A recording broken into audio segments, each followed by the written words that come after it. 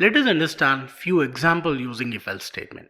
I think we have already seen some basic programs like checking two numbers, which one is greater, which one is lesser, and we've also checked the age to cast a vote, and we've also seen nested if else statement to calculate the grade of a student. So you guys can practice that, but along with that we'll see some more examples to get hands on if else statement. The first problem statement what we try to solve is, suppose we have already solved, if I give you two numbers, then you can compare and then tell which one is greater. Suppose if I give you three numbers, how do you compare? Suppose I give you three numbers, number 1, number 2 and number 3 with different values, but how do I check whether which number is bigger? So let us try to solve this programmatically. Hey, thanks for watching our content so far. If you're new to Training Mark, we're the fastest growing technology training company and create content to help freshers like you to master the disruptive technologies like full stack development, AML, cloud, DevOps, etc. If you like the content so far, please subscribe to our channel and hit the bell icon not to miss any new content from us. Like and share this video with all your friends. Let's build your career and the community together. To demonstrate that, I'm now taking a new Java class. I'll say that max number, I'll say if else. So just to clearly find out that we're using if else. So now the problem statement says finding the maximum number in three numbers. Okay, so now you can take different data types. So one float, another int, and another long double, whatever. So in order to simplify, so we might take three numbers. So now what I do, I'm now taking my scanner. So new scanner of system.in.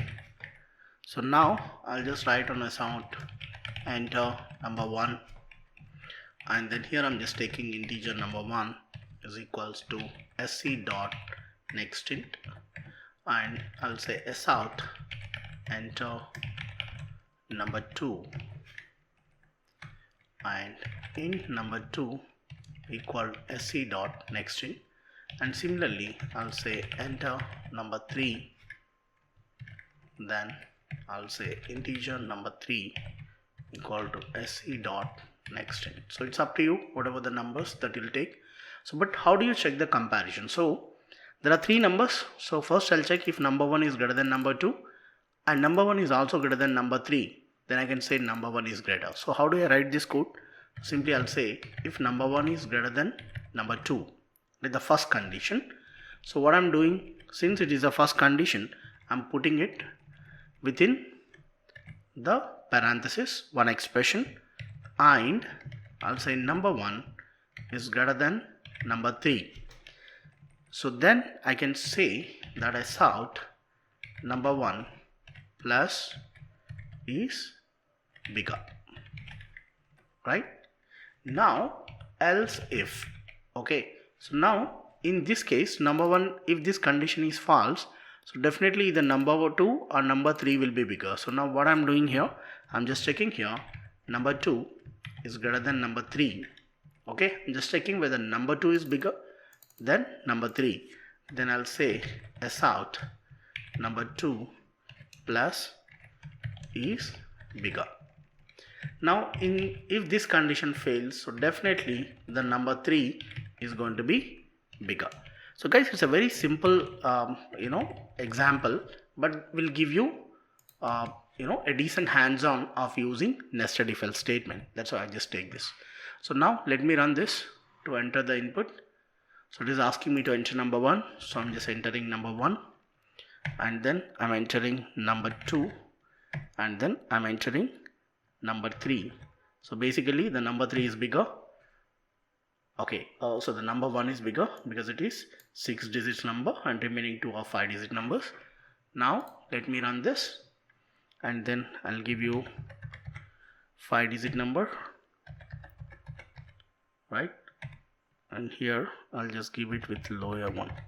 So now if you can look at this, so either of this, the number 2 is bigger, so I just need to get number 2 is bigger, right? Now then the third one, so let me give some numbers.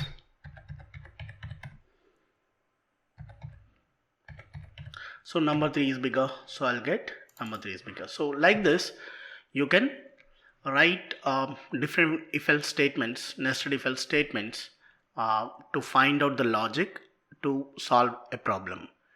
So it is very important first to understand what is the logic behind solving the problem. Then you have to write the code. So first you have to understand how do you crack this, or what is the logic behind solving this problem, and write it in pen and paper and try to come to a conclusion, yes, this solution will solve the problem. Then start writing the code.